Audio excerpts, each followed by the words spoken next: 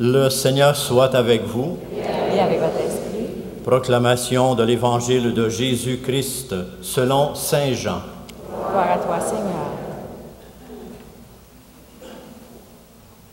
Le premier jour de la semaine, Marie-Madeleine se rend au tombeau de grand matin, alors qu'il fait encore sombre. Elle voit que la pierre a été enlevée du tombeau. Elle court donc trouver Simon-Pierre et l'autre disciple, celui que Jésus aimait, et elle leur dit, « On a enlevé le Seigneur de son tombeau, et nous ne savons pas où on l'a mis. » Pierre partit avec l'autre disciple pour se rendre au tombeau. Ils couraient tous les deux ensemble, mais l'autre disciple courait plus vite que Pierre et arriva le premier au tombeau. En se penchant, il voit que le linceul est resté là. Cependant, il n'entre pas. Simon-Pierre, qui le suivait, arrive à son tour. Il entre dans le tombeau. Il regarde le linceul resté là et le linge qui avait recouvert la tête, non pas posé avec le linceul, mais roulé à part à sa place. C'est alors qu'entra l'autre disciple, lui qui était arrivé le premier au tombeau. Il crut, il vit et il crut. Jusque-là, en effet, les disciples n'avaient pas vu que, d'après l'Écriture, il fallait que Jésus ressuscite d'entre les morts. Acclamons cette parole de Dieu. Louange à toi, Seigneur Jésus.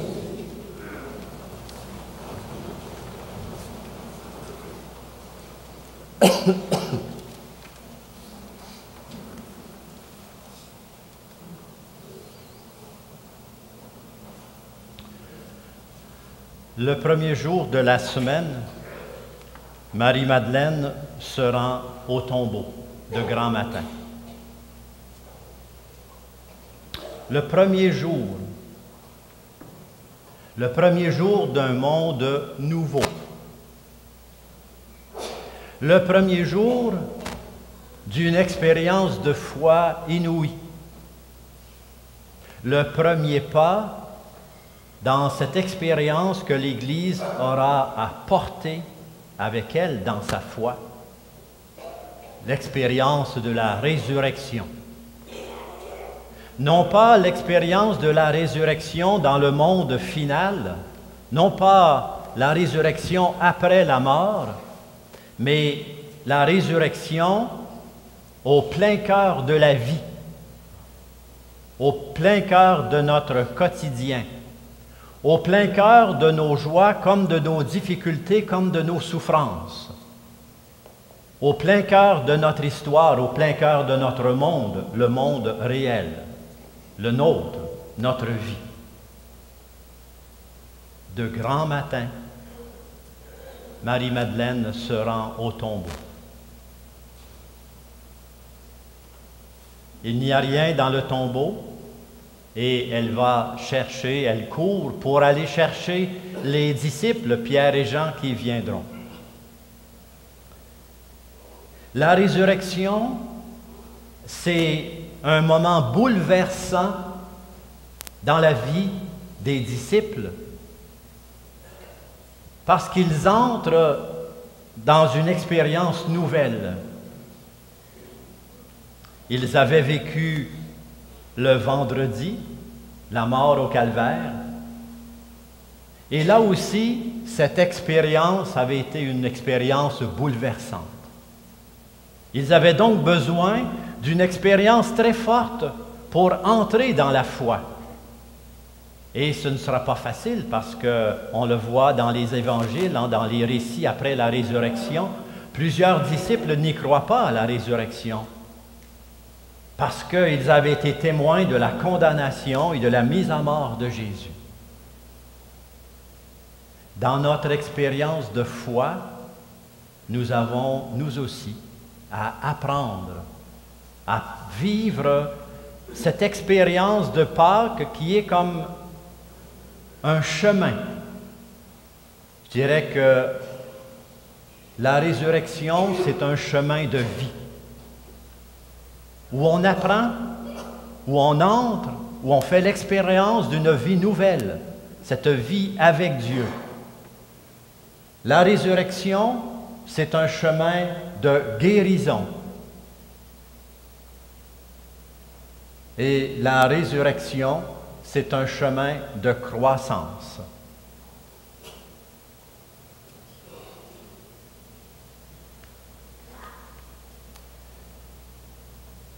C'était un dimanche matin.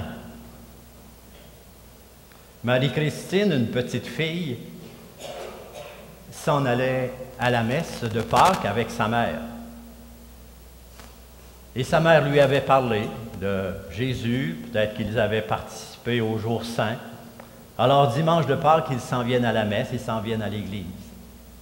Et là, ils entrent, et la petite fille de 7-8 ans regarde l'église, puis elle voit le crucifix.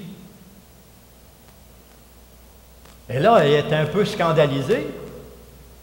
Elle dit, tire la manche de sa mère, puis elle dit, « Maman, ils ont oublié Jésus sur la croix. »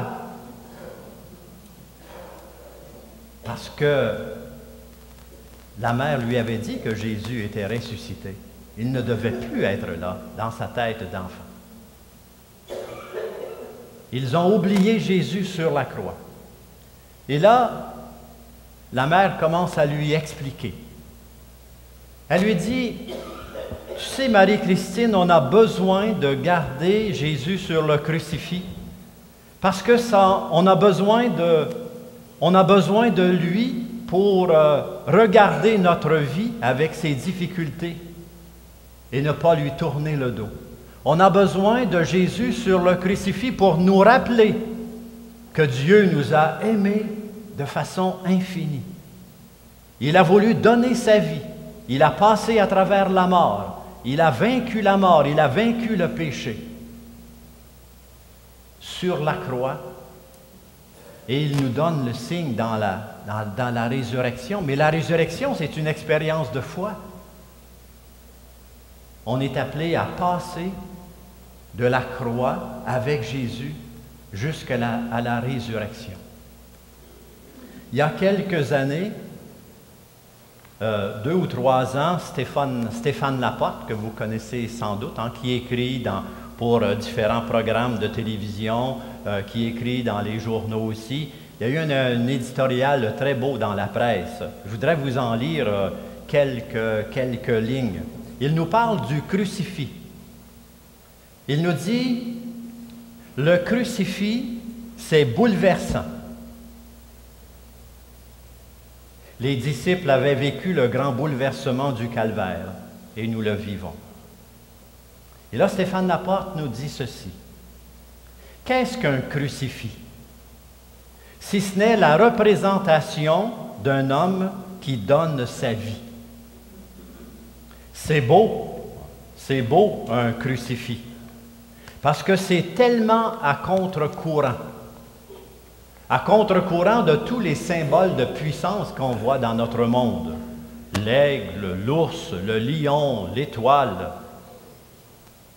Mais voilà que dans notre religion, arrive un homme à moitié nu, en train de mourir sur une croix, et il a affirmé qu'il veut sauver le monde. N'est-ce pas bouleversant? Et là, Stéphane Laporte continue avec un petit témoignage personnel en disant « J'ai vu mon père rendre l'âme à l'Hôtel-Dieu à Montréal. Il avait l'air, dans son lit, du gars sur la croix. Le crucifix, dit-il, pour moi, c'est notre condition humaine. Et ça me fait du bien de temps en temps de me le remettre en plein visage, ça replace mes valeurs. Le crucifix a cet effet-là sur moi, ça me ramène à l'essentiel. » Marie-Christine était en quelque sorte scandalisée parce qu'elle pensait qu'on avait oublié Jésus sur la croix. Et Stéphane Laporte nous dit, c'est beau un crucifix parce que ça me ramène à l'essentiel. On a besoin de la croix pour nous rappeler ce moment où Dieu s'est donné totalement, sans limite, en Jésus son Fils, où il nous redit son amour. Et on a besoin de la résurrection pour entrer dans cette expérience de foi qui nous dit que le Christ est ressuscité et qu'il a vaincu la mort, qu'il a vaincu le mal, qu'il a vaincu le péché. Dieu nous rappelle aujourd'hui un amour infini pour chacun d'entre nous. Et ce premier jour de la semaine est le premier jour de la foi chrétienne. Ce premier jour de la semaine est le premier jour d'une vie nouvelle. La résurrection, ce n'est pas il y a simplement 2000 ans. La résurrection, c'est aujourd'hui, dans notre vie, dans notre monde.